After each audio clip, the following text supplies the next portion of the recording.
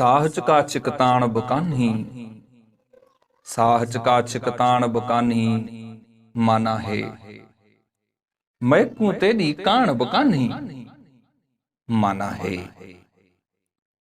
न न मेरे मरण च तेरा हथ कोनी, तेकू एड़ी जान बकान्ही माना है।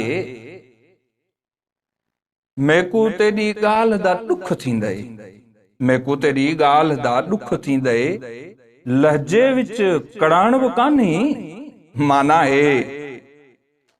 जी जी इश्क दी गाल मजाक च कीती अस, जी जी इश्क दी गाल मजाक च कीती अस, छोरी जवान जमान बकानी माना है।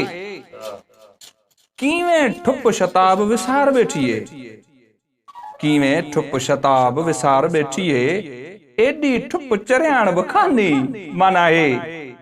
साहच का छिकतान बकानी माना है।